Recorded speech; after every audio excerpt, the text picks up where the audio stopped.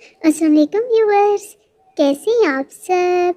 उम्मीद है आप सब खैरियत से होंगे। आज हम बना रहे हैं बहुत ही आसान और जल्दी बन जाने वाला दलिया। मुझे यकीन है कि इससे आसान और झटपट बनने वाला दलिया रेसिपी और नहीं होगी। ये दलिया ना सिर्फ आसान और जल्दी बनने वाला है बल्कि जायके में भी बहुत मज़े का होता है। तो फिर चलते हैं आज की रेसिपी की तरफ। यहाँ मेरे पास बड़े साइज़ का बन था तो उसका मैंने हाफ लिया है।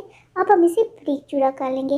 आप चाहें तो छोटा बन भी इस्तेमाल कर सकते हैं, बस चूरा और जो है वो हमारा 1 कप होना चाहिए। आप बन की जगह ब्रेड का इस्तेमाल भी कर सकते हैं।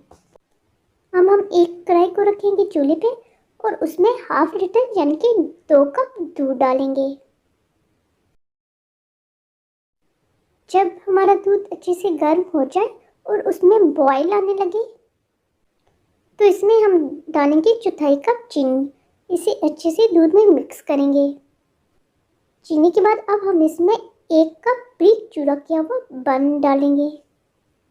इसे अच्छे से मिक्स करेंगे और पकाएंगे। हम इसे चम्मच चलाते हुए पकाएंगे और इस तरह से साथ साथ थोड़ा थोड़ा प्रेस भी करते जाएंगे।